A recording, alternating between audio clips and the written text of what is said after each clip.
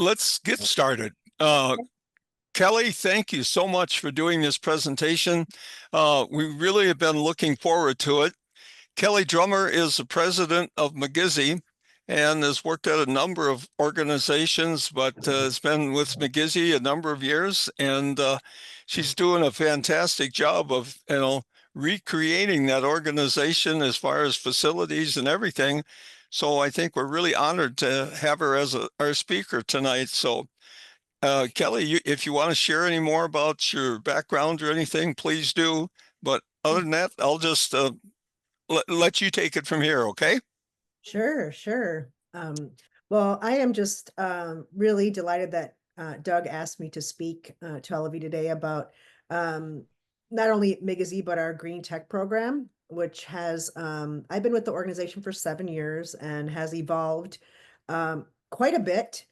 But at the same time, it's really including a lot more work, a broader scope of work around green technology than just solar. And I'll get into the presentation about that. But I've been working in philanthropy and nonprofit work for over 25 years, serving in 3 different community foundation roles and nonprofits and human services, supportive housing, and now youth development. But I do want to say, Laura Waterman Woodstock, the founder of MIGIZI in the late 1970s, our founder, and then Elaine Salinas, who was with us for 14 years. They really are the innovators of MIGIZI, and I've just kind of taken it to the next level. But I just wanted to acknowledge their work and really Elaine's work in facilitating starting the green, it was called the Green Jobs Program. Now it's called the Green Tech Institute, but it was really her research and innovation around the need for young people the need and the interest of young people to explore green technology and career pathways. So that was instrumental in getting us started in this course of work with you. So just want to say that, and welcome everybody, and look forward to giving some background about our work. So I'll get started. Actually, this photo, I don't want to get too much into this, but in the 2020 civil uprising, we lost our building that we had only been in for 8 months. And this was actually the day after, when a lot of volunteers came out to help clean out our building, and we were Joaquin and Thorin LaPointe, who are longtime friends of mine, were providing an honor song that day. But it seems like that was just yesterday to me, but I mean, we're going on 5 years ago. I mean, that is it feels to me just like it, like I said, like it was just yesterday, and we still have a lot of work to do around our community, around Lake Street, around the rebuild, particularly of that property. That land is still vacant, but it's looking like there's going to be a development there shortly. So I'm happy about that. So this is MIGIZI's mission, and it's really a strong mission, because it's exactly what we do. Is we provide a strong circle of support that nurtures the educational, social, economic, and cultural development of American Indian youth. That is the core of everything we do with youth, and it's something you can remember. It's kind of all of the bodies of work that we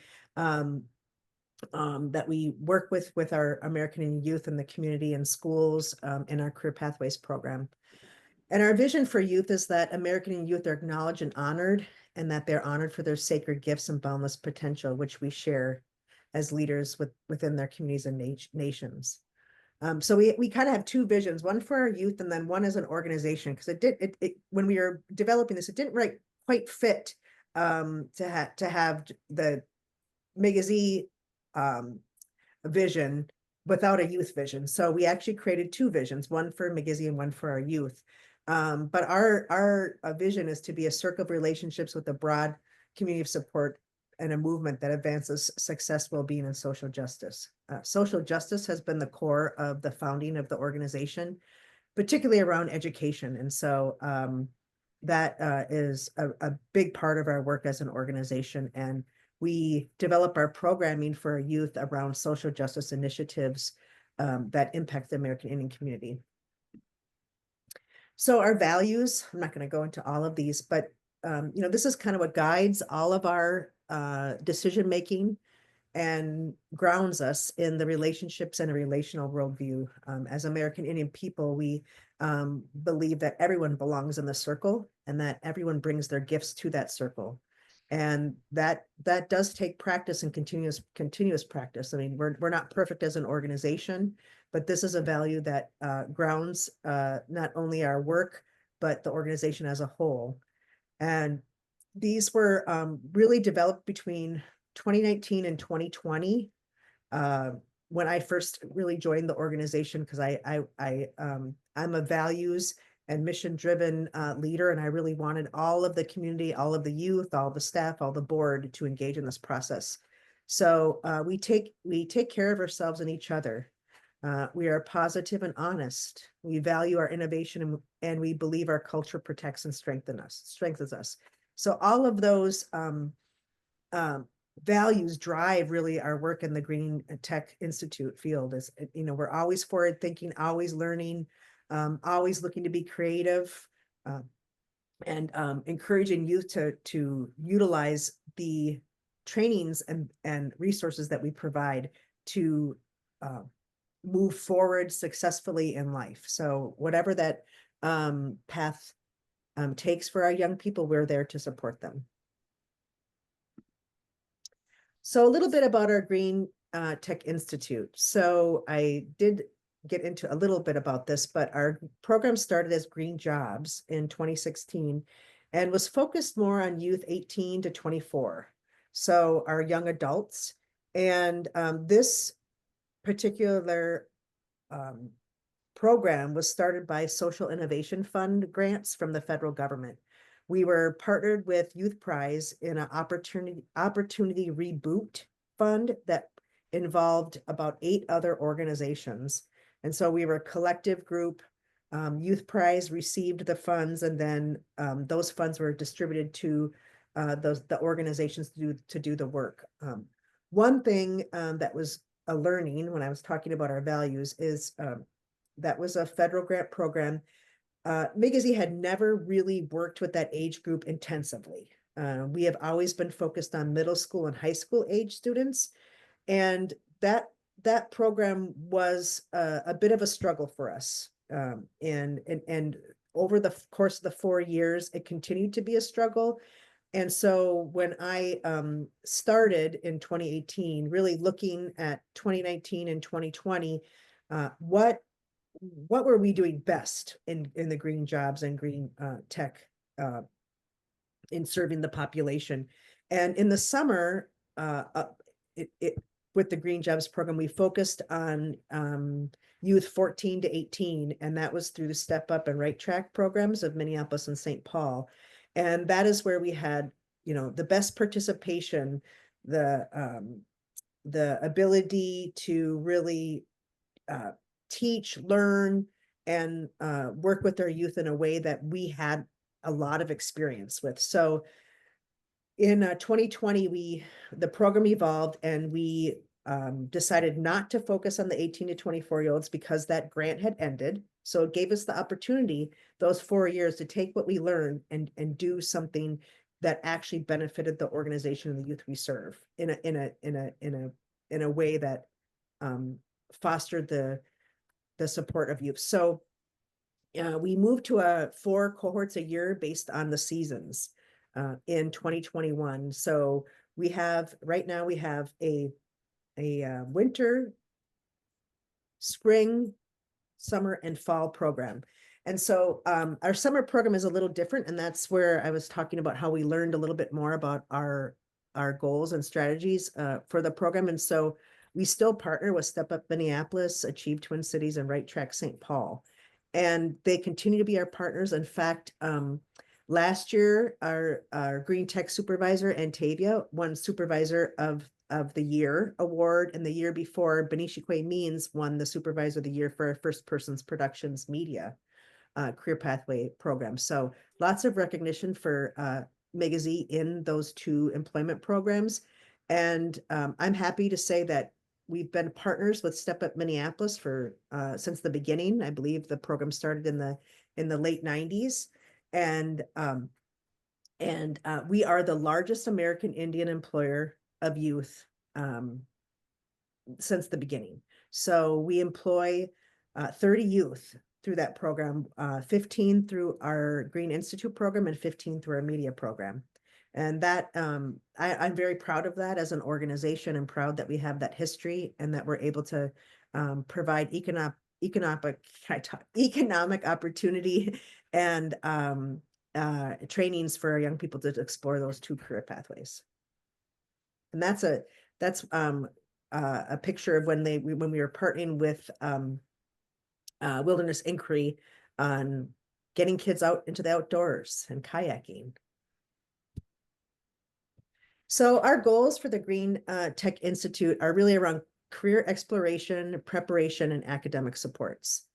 So we provide, hands-on opportunities that explore careers, help train them in particular focus areas for each cohort.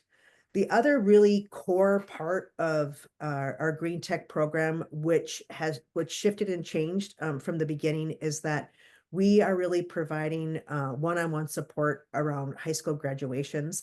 And then St. Paul Public Schools has, we've partnered with them on our Green Tech Institute being a credit recovery course and credit earning course. And over the next 3 years, part of our strategic plan is developing the curriculum that's needed so that the Green Tech Institute is credit earning for every student that walks through our doors. So not only are they exploring careers, getting hands-on experience and training, but they're also earning high school credit. And that is really our specialty, has been our specialty for 30 years in credit recovery and student success. I serve on and get to meet with the Minneapolis superintendent, and the disparities around our youth and their graduation rates is appalling still. Our American Indian students in Minneapolis public schools are graduating at less than 50%. So we decided that's another reason why we just started to start young. Like, younger is better, because they're learning all these skills. They're learning what it takes to have their first job, soft skills in employment, training, and then teamwork and project development. So all of those are critical to the success of the program. One of the I'll get into later is that we have part of the cohorts, they always are working on projects. So part of the training is working on a project. So for example, just this past few weeks, we partnered with ACES, American Indians and Engineering and Science. And they have been working on circuitry, learning about circuitry and electricity, and incorporating culture into that. So they have built circuitry and how it correlates to beadwork. So they built circuitry and sewing and beadwork, and they presented at the Science Museum I think it was the last week of January, their projects. And last year they presented experiments around one of them was bobo tea, how bobo tea works, and they won the award from the Science Museum last year for their project. So one of the other factors that we bring in is we partner with a lot of people. So they are also meeting with employers and leaders in selected industries. We have partnered significantly with Boston Scientific, Center for Energy and the Environment, and other organizations. And our hope is that we're at the completion of their program, they're looking to apply to a post-secondary institution to earn a higher degree or certificate. So this picture is actually from last year when they were working on plants and plant medicines and exploring environmental science. And they were harvesting sweetgrass, learning how the impacts of environment on our wild rice population and the impacts on our medicines. And so Hope was leading a teaching around sweetgrass at that point. So Our green tech outcomes, 70% of youth gain exploratory and hands-on experience in training in media or green energy careers. 70% of our youth completed training cohort and receive wages of $13.75 an hour for training and projects. And so each cohort is 60 hours. And so they have the potential to earn up to $1,000 per cohort. Some of our students stay and go through all 3 cohorts or all 4 cohorts. Some maybe explore it for 1 cohort or 2 and say, well, this isn't of interest to me. And so it varies how what the participation is in that. 70% of youth complete a project in their cohort that they're responsible for implementing.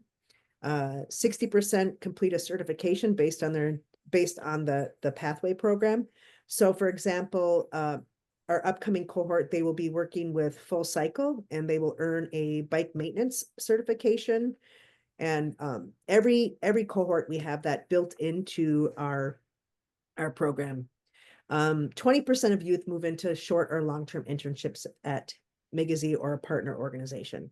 So for example, we have a youth that was in our Green Tech program and is now in the Center for Energy and Environment program, leading to a career and job in energy efficiency. So our hope is to keep continue to build that. A lot of it has been our capacity and ability to fund that portion, but also the partnerships that are needed.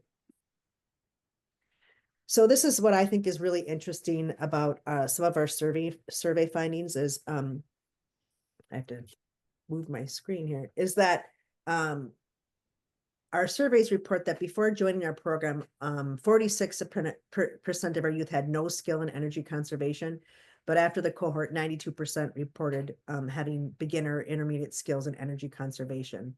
62% said they had no skills in home energy auditing, and 77% reported they had beginner to intermediate skills. 72% interns said they had no skills in solar energy, and 89% reported having beginning or intermediate skills. So, you know, basically what we're doing is really strengthening and building those future youth to select those careers in the green tech field. So partners and projects, like I just mentioned, we partnered with ACES on circuitry and beadwork that was presented at the Science Museum. Another really fantastic opportunity is 4 of our youth are selected to go to the ACES conference and present their project. So ACES is paying for the flights, the hotel, everything that is needed for our students to present at their national conference. And that is just an example of the powerful work that we're doing with youth. Last summer, we partnered with Plum Catalyst, who received a grant from DEED to work with young people on technology, particularly around green technology. And they received a drone certification, robotics certification, and there were a lot of other lessons, but those were the certifications that they received.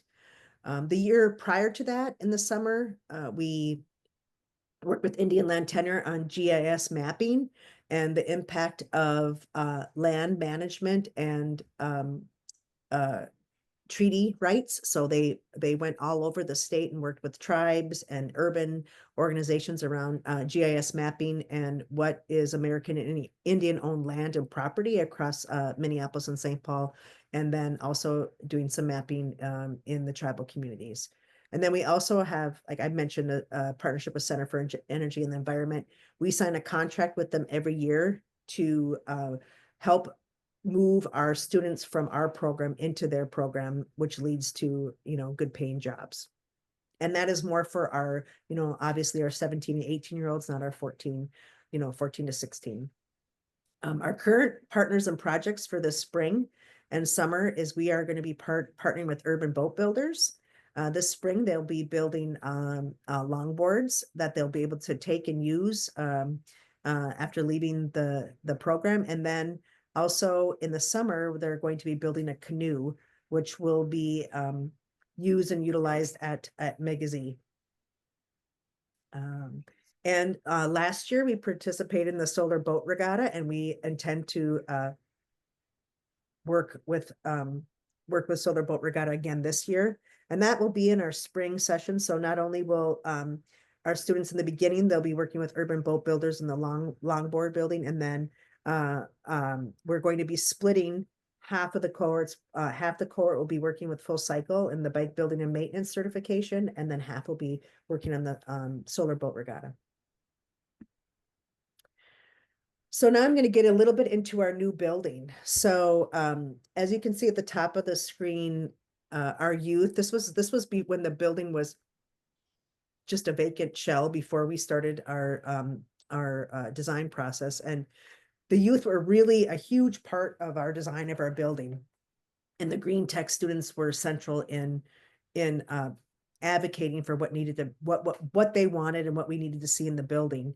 And so our building was intended to be geothermal, heating and cooled, but because of the vicinity to the Superfund site, the arsenic Superfund site, which is basically just directly across Lake Street beyond the cemetery, kind of where the green building is, where Headwaters and Tiwahe used to be, and that was all a Superfund site. And so the water tables impacted our ability to do that. But that was the intent.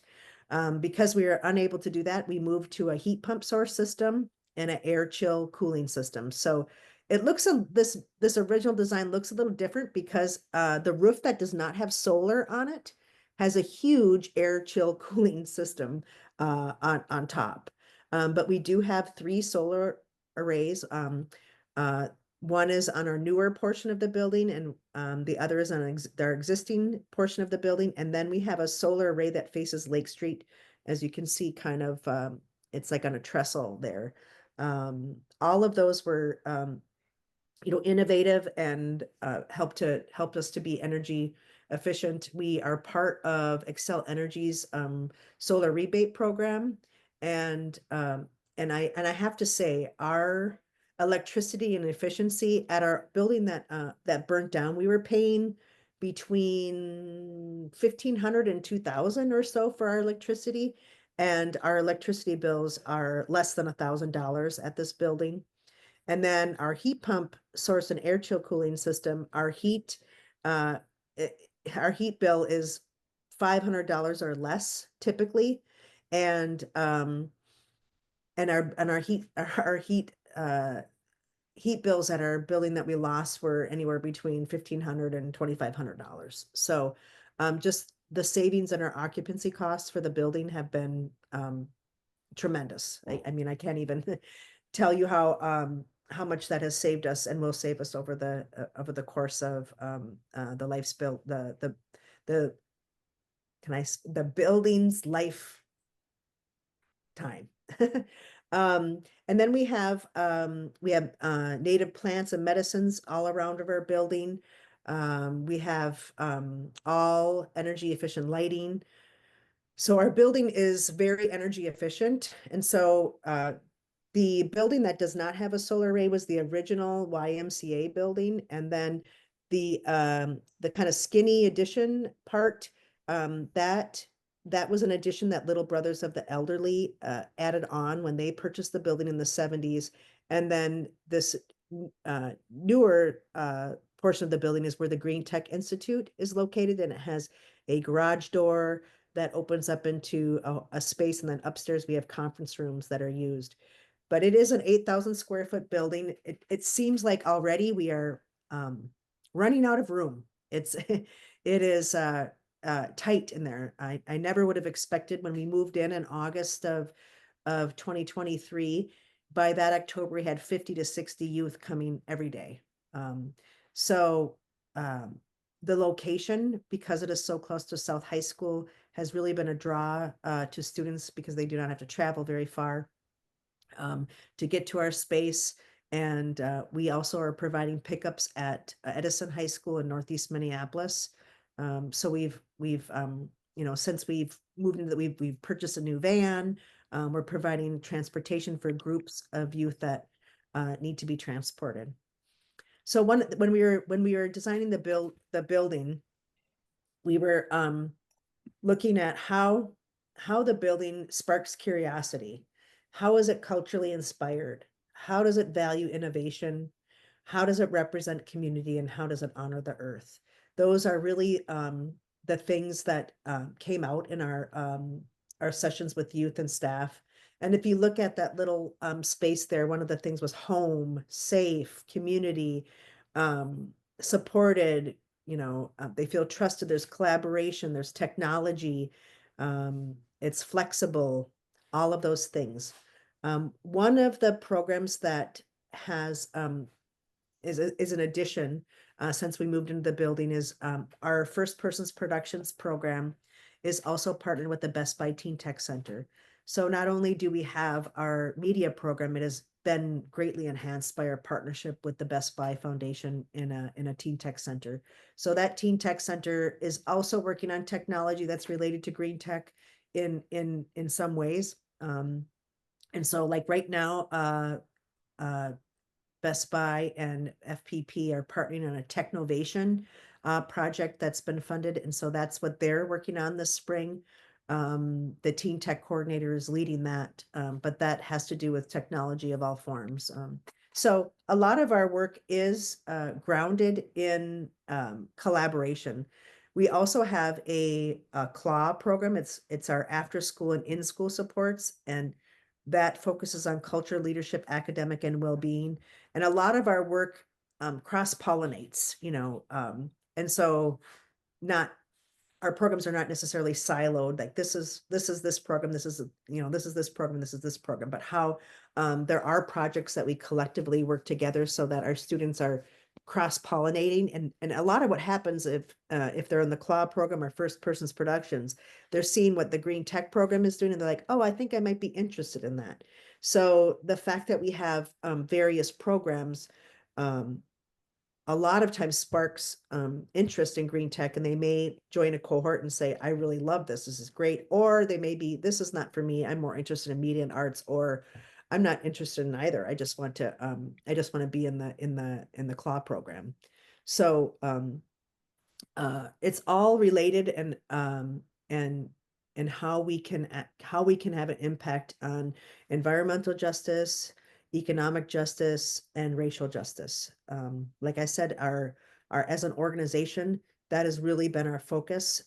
We also I also do a lot of policy work with Minneapolis Public Schools and advocating for American Indian students and education. And I also am a part of Lake Street Alignment in the rebuilding of Lake Street since the uprising. It's been a core body of work for me as well. Uh, so all of these are factors in creating this environment for youth where they are valued, they are seen, they are exploring pathways that are of interest to them. So all of that is really, really, really important as we continue our work in community. So that's it for my presentation. I wanted to give time to be able to answer questions, dig deeper. It's like I don't want to present the whole time, but any questions, and I'm going to stop sharing. And I just had to put this picture in here because it's probably from, I'm guessing, the early 90s because I can tell by the car. So I just think it's such a cute picture from our archives. Kelly, what is your staff? How many people? We actually, when I started with the organization in 2018, we had a budget of 1 million and we had 8 staff. We now have a budget of almost 2.3 million, and we're up to 18 staff. So we've grown significantly in the past 5-6 years, and our programs have, like I said, they've also grown. I mean, we were serving around 150 students, and now we're serving over 300. So Wow. it's our budget has doubled, the amount of youth that we're serving has doubled.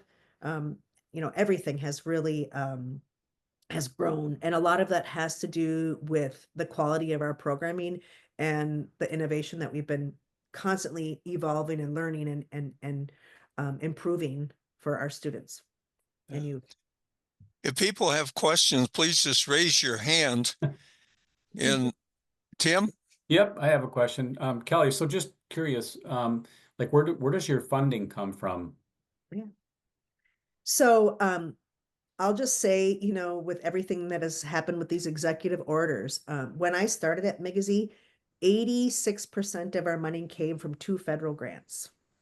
And so thinking back, oh my gosh, 6 years, what would we have done? I mean, it would have been, you know, really dire straits, but our funding has completely flipped. About 20%, well, maybe less than that. 15% is coming from state funds, and the rest of the funding is coming from foundations and individuals. So over the course of 7 years, our entire organization and the funding strategies and the development efforts have really significantly changed. And I have, you know, a lot of that has really been my background in philanthropy and working with foundations and individual donors. And when I started the board was, you know, I was really charged with growing that portion and diversifying our funding. So I'm happy to say that there is less of a scare for us with federal funding, you know, going forward. Yeah, good to hear. Thank you. Yeah, a lot of people are talking about it, you know, and the other thing is, you know, I serve on Wilderness Inquiry Board, and we've been talking about language.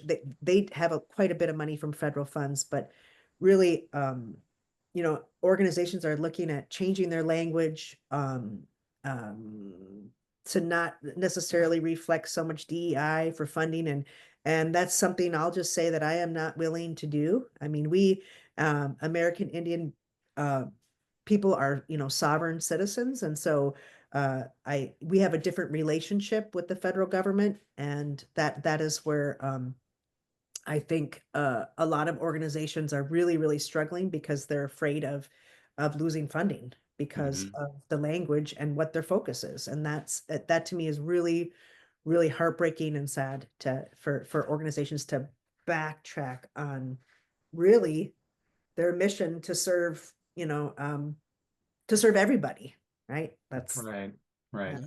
yeah. Wow. John Crampton? Yeah, John was just at our building. He can talk yeah. about how great our building I was blown away. I was blown away, and um, we're gonna kick in some money from our anti-racism committee and our green committee, and we're gonna help fund it, and we're gonna ask Kelly to get her students to do some work for us too. So we got a lot of things to do. The Center for Energy and Environment has been very good to us and has given us a lot of information. And our goal is to kick gas totally. No gasoline, no natural gas. We're just a bunch of Presbyterian gas kickers, I guess. So, anyways, Kelly is into what I would call going out and meeting the public and meeting these kids and serving their needs. And particularly, I was really impressed with the media lab. They had one guy that was composing music, and I think it was all synthetic music. I mean, it was all synthesizer. And I said, man, I tell you, I'd like you to compose some music for me. So anyway, Yeah. it was great. Yeah, thanks. And I welcome you to really, you know, set a time and we can have a tour of our building. It is very impressive. Yeah. And I will say we are the first building to rebuild on Lake Street that made all of the efforts possible to be as green as we can. So that's Yeah. we were like I said, we were planned, the building was planned to be a geothermal heat and cool building, but that didn't work out. Right. Yeah. Yeah, that's where we were heading. And then it took our building a little longer because we had to totally shift after the permitting wasn't going to happen and everything. I'll just say it was hard on me because it was like, oh, now we have to, but we tried to go completely, green, but Well, he, if you're looking for some solar panels and batteries and that for your solar regatta, let me know, because I got some sitting down in my basement. So that was going to be one of my requests. Doug and I connected yesterday a little bit. okay, yeah, they're Kind down of- in my basement, and I need to get them out of there. So MRES has worked with MIGIZI for, gosh, a number of years. Chris and I did some educational classes there when they were over in the other building on Lake Street. And then we also worked, I remember a few years back when we helped teach the kids how to set up solar panels. And I think some of those solar panels went out to the protest movement that was going on at the time. So anyway, we have a wonderful connection with MIGIZI. So it's just so nice to hear Kelly explain all the things that they're doing nowadays. So that's great. Any other questions, Chris? Hi, Kelly. How are you? Hi, good to see you. Good to see you too. I'm wondering, I didn't hear you mention it, so maybe it's not part of any program, but are you doing anything with agriculture and the kids? Food? I should have mentioned that. In fact, part of our summer programming and fall programming is around food sovereignty and plants and medicines. And so last year, the youth planted from seed all of these different types of wildflowers and medicines, and we had them on our rooftop, which that I forgot to mention. Our rooftop patio is amazing. It looks out onto the cemetery at Lake Street. And that is something the youth really, really wanted. And so it was like an extra cost, but it is amazing. But they had them all out on our rooftop germinating. And then they went and planted all of those all over. But we partner with Four Sisters Market, Dream of Wild Health, Oh, good. Fond du Lac. We in the September we work with Fond du Lac and take our Green Tech students out to test for pollution around our wild rice beds. That's why I wish Tavia would have been able to present with me, because she can tell you kind of all of the work, because she's hands-on. She's the instructor along with our new Green Corps member Eddie. So we were able to get a Minnesota Green Corps member this year as well. So our program is really blossoming, but that is always part of it's part of our spring and summer and fall programming. It's integrated into all of the other work that we're doing. So one day a week, they are focusing on food sovereignty, plants, medicine, environmental science. We also have a great partnership with Long Lake Conservation Camp. And our students get the opportunity to go to travel to Long Lake Conservation Center twice a year. So we usually have a winter camp and a summer camp that all of our students, it's not just Green Tech, we invite all of our youth to, and it's free. All the food is free, the facilities are free. All we have to do is pay for the bus. And so we have a really great partnership with them. And then I did speak a little bit about our CLAW program also runs a water sovereignty program, and that is working with youth all around water and Indigenous rights around water, water protection. And we send kids to the Boundary Waters for a 4-day trip. And so we partner with Wilderness Canoe Base and Wilderness Inquiry and Campfire and Long Lake on all of that work that happens in the summer. So we work with 20 kids in that program. So we have 20 kids in CLAW. We have 15 in Green Tech and 15 in teen in the First Person Productions Teen Tech Center. So in the summer, there are 50 kids every single day in 9:30 to 3:30. Some are in the employment and training, and some are in the cultural piece. But like I said, everything that we do is all interconnected, and it is all focused on environmental justice, economic justice, racial justice. And so we want to incorporate green technology, the media, all of that into all of our programming. So there are times where they're cross collaborating on different experiences for kids. That's terrific. Thank you. Mm-hmm. Yeah. Kelly, do you have anything like a website that people can go to that like with your video team and stuff that they've put together some programs that people can take a look at? Our website is under construction. So, Okay. in fact,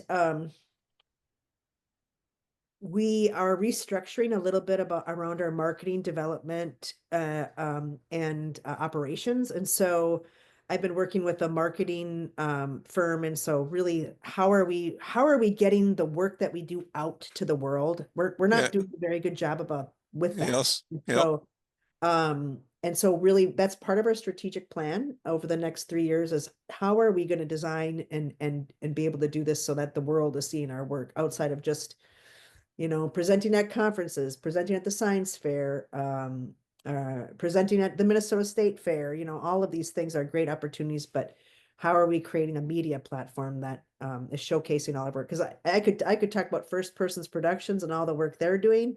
Amazing. I mean, that would be a whole nother hour to talk about all the great work that they're doing. Like John said, that the recording studio, what we in our new building, what we have available to youth around photography, studio, podcasting, radio, film. Our youth are we were just elected with Hennepin County Trusted Messenger to produce two short little shorts around vaping and the impact of vaping on our young people. So the youth will be thinking about that. So and then we're going to be partnering with the Women's Foundation and talking about girls in green tech, in media, in technology. And so we partner with some really fantastic groups that can help us elevate our work. But First Persons Productions and what they do is a whole nother hour to talk about. So, and I'm sorry I'm not perfect. I am not directly in the programs, and so Tavia, she's on maternity leave, and so she was like, "Oh, I could help you," and I said, "No, I got it. I'll do my best." So, but she was going to help me to present tonight, Sue. So, but Yeah, awesome. mhm. Any other questions? Mark, you got anything? Maybe we lost him.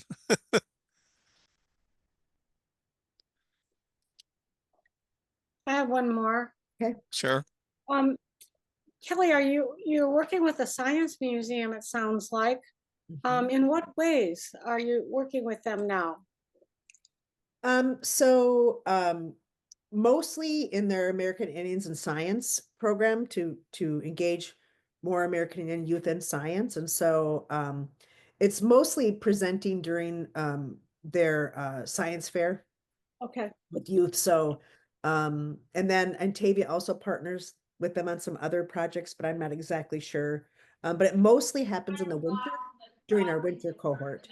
So we kind of have to select kind of who we're working with each cohort because it can get overwhelming, too many partners, too many things. And so they're our major partner in the winter.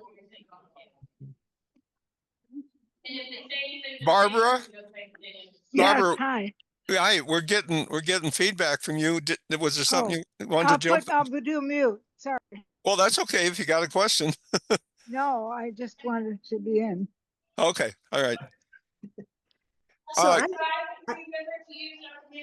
have a request that like I explained, Antavia is going to be on maternity leave until the end of May, and our spring cohort is really Just a going to minute. Barbara, can you go mute, please? Can you mute me, please? I got it. Thank you. Thank you, Ellie. So we Eddie and I will be leading the Green Tech program, and Eddie is a Green Corps member. And so I think I mentioned that part of our youth will be working with Full Cycle on building bikes and bike maintenance. And then part of our youth will be working on the boat regatta. And Eddie and I would love some help in the trainings around the solar. So not only you know how solar works, is it called photo? I can't even say it. Photo- Photovoltaics. Yes, yes. Yeah. How, because we try to start with that, and that's part of Antavia's plan, and then move into the building of the solar motor. We do have the canoe already, which they built, you know, they worked on last year and painted it beautifully. But Eddie and I really do need support in that because you know, he's relatively new. He's a second year Green Corps member. And I think Mark, you helped a little bit in the beginning last year, but we We definitely probably, need some scheduled support from all of you to help us in that this year. yeah, no, we did present last year and, you know, you just guys set up a date and we'll be Okay. down there and we'll present and talk to the kids. Okay. And just saying it may be more than our request last year, just because of you know, I do not have expertise at all, and Eddie is new, and he asked me on Monday, he goes, I just do not have the confidence, you know, in presenting and teaching this. So any way you could help, I'll be reaching out to see if you could help in that. Yeah, and it sounds like John would be a good help there too, because he's Yep. been in the program also. I would love to help, but we have an eco fair in St. Paul on that same day, so I will bequeath the Isaac Walton Bush Lake chapter battery and panel, and I'm going to try to recruit some people from Bush Lake to help out. So Okay. It's kind of funny because last year, you know, I was talking to Antavia and it's like, oh no, we'll get it all figured out. It's like, okay. And she got it all figured out. She did, yeah. And then and now she's gone. So it's Eddie and I to try to figure out. And that's why Eddie's like, I do not, and I have to support him in that while she's gone. You know, and I think I gave Doug the dates that we're looking. It's the end of April, that last week of April and the first 2 weeks of May. So April 28th, I believe, is when so if any support you can give us in that, I would greatly, yeah, the 28th through the boat regatta is what, the 17th? So Yes. Yep. Yep.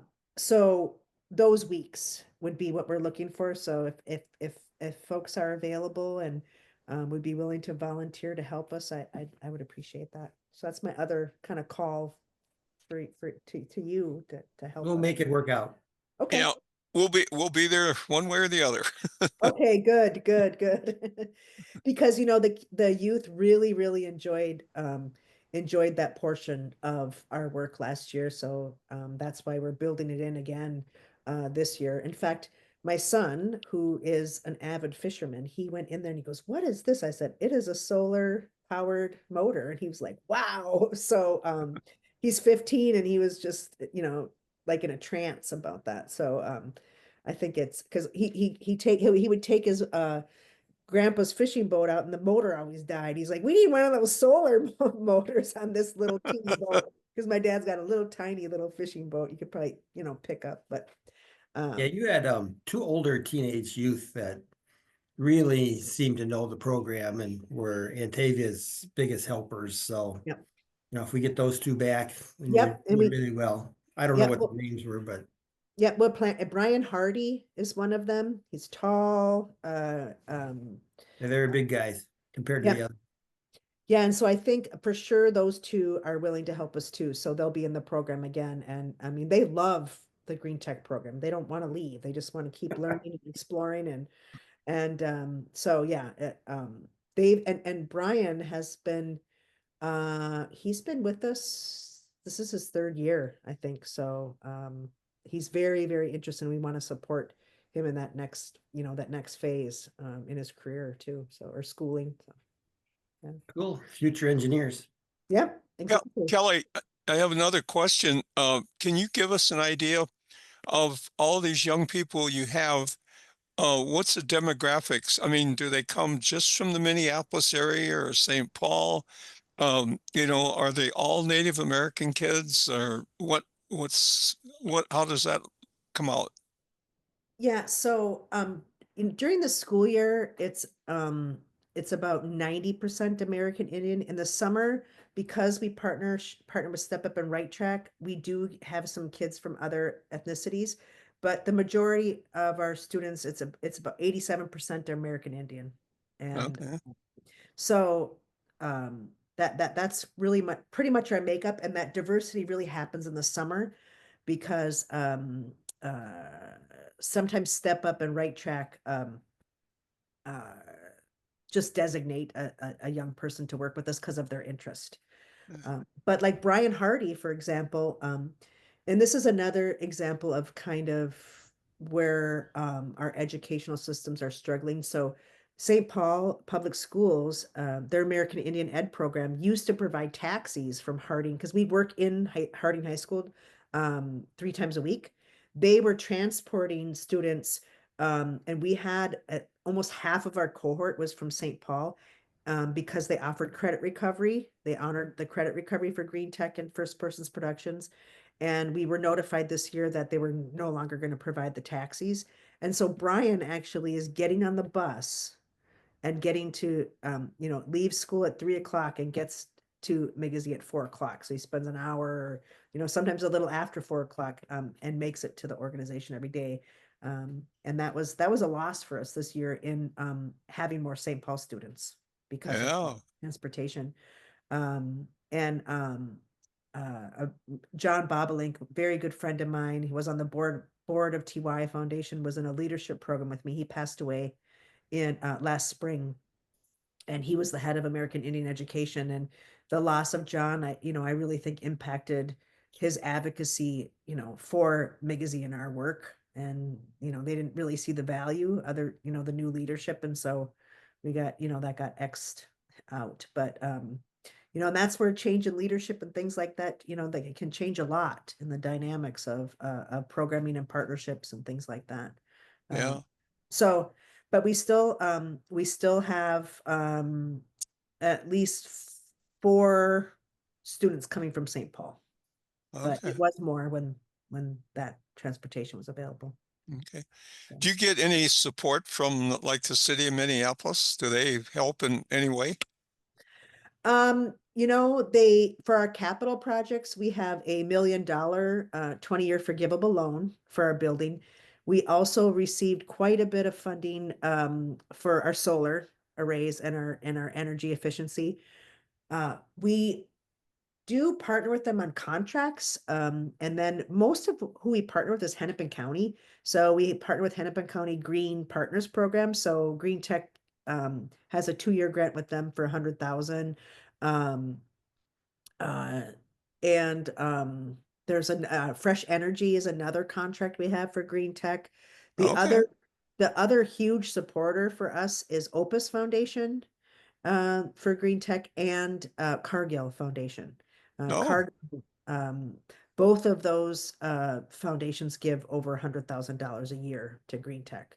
So they value kind of what we're doing and see it as their career pathways as they look into building and engineering and food and all of those systems. So that's awesome. That's great. Good and to none of hear. those existed. None of those existed up until Opus and Cargill. There were some connections that I had there, and so they started funding us in 2023. So they're relatively new and very invested, and they came in big, which is good. Yeah, that's awesome. Mhm. Any other questions? I was Chris? Chris, you got you're muted. I just want to say thank you that this was wonderful, and I'm so proud, to just looking at you and all that's happened. It's wonderful, and you congratulations. Thank you. Kelly, what does MIGIZI stand for? It means eagle in Ojibwe. That's and the reason why the founders chose that name, and our full name is MIGIZI Communications, because we started, this is another project that we work on. MIGIZI produced a first-person radio from the late 70s until the mid-90s, and then Laura actually brought it back to KFAI in it would have been, well, I was on the program a lot, so 2010 to maybe 2016, I think she stopped.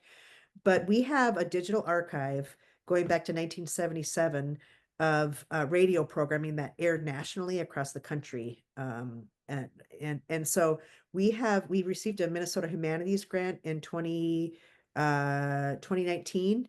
And for 2 years, we digitized all of those reel-to-reel radio tapes, I guess you'd call them. Yep. And we have one of the largest archives of American Indian radio, independent American Indian radio programming, dating back, however many years that is, 48. Yeah. Wow. And so, I actually, what we're doing now is we worked with someone and transcribed a lot of those tapes, with interns. And then, what we're working on now, I have a part-time person actually, looking for keywords within those transcriptions. And so it'll be a searchable database.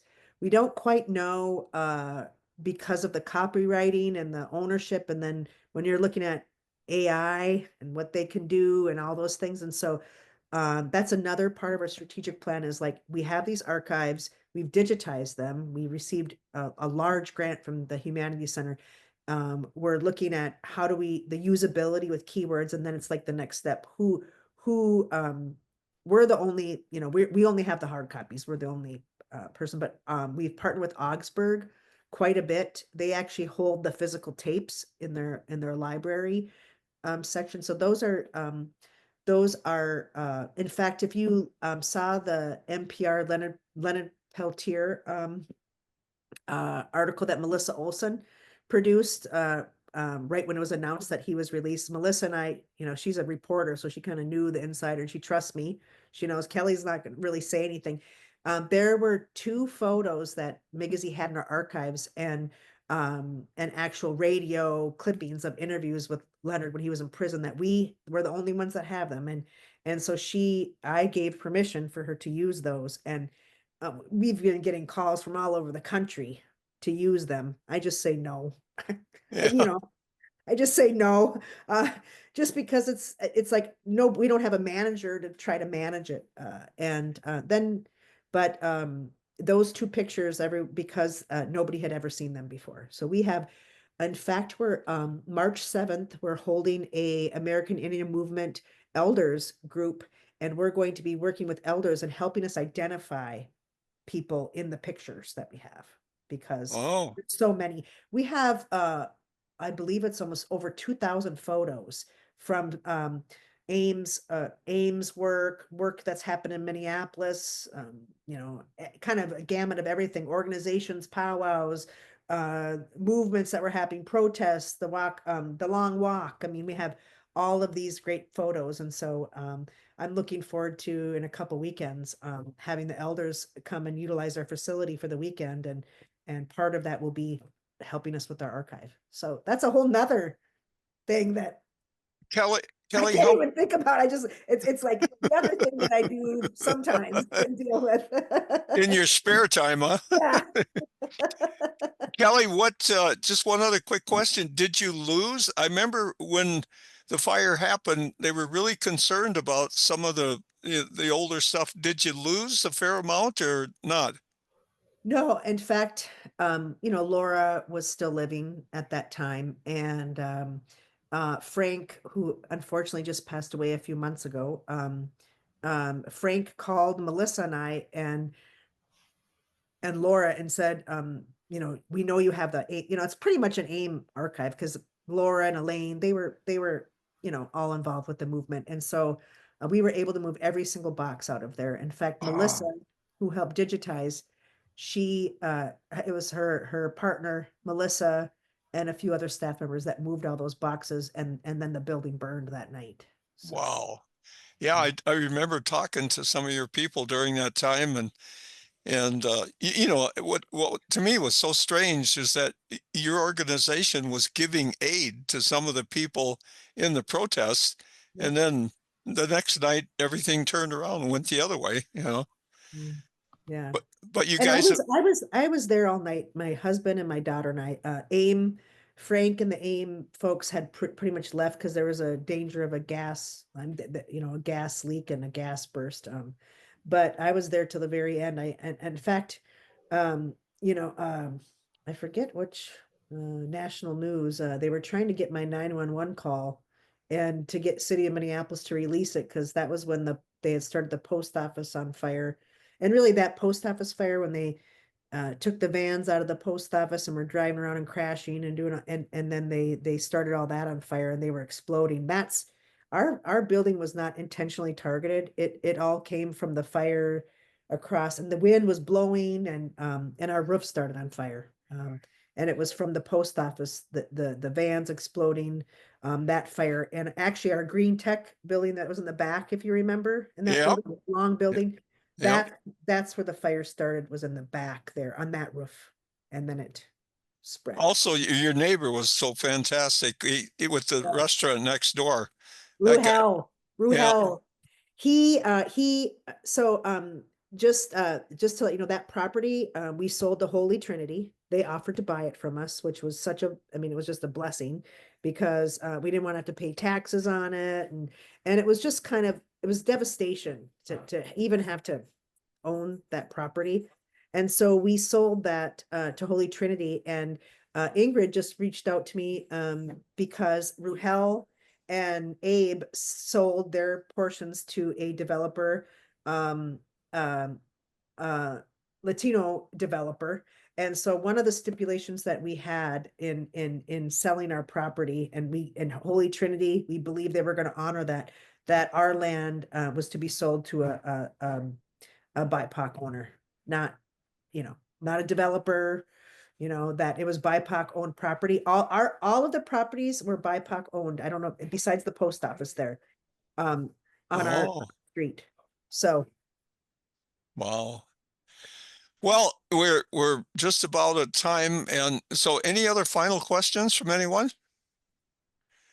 If not, thank you so much. This has been awesome. And just amazing what you guys have done and what you've done over the last year. So we really congratulate you on that. And like I say, MRES in every way will support you on the regatta part of it. Thank you, because I'm like in unknown territory. I mean, this is, you know, it's not my expertise. I can do a lot of things, but that's not one of them. So, appreciate it. Well, good. Thank you so much. And MRES board members will be getting together at 7:30 on the email that Mark sent out for our board meeting. So thank you very much, everyone, for attending, and really enjoyed it. All right, thanks. Hope I did okay. Yes, You did excellent. great. Thank you so much. Okay. It's fantastic. Thank you. Bye-bye. Bye-bye. Thanks, Kelly. Thank Say hi to you. Teddy.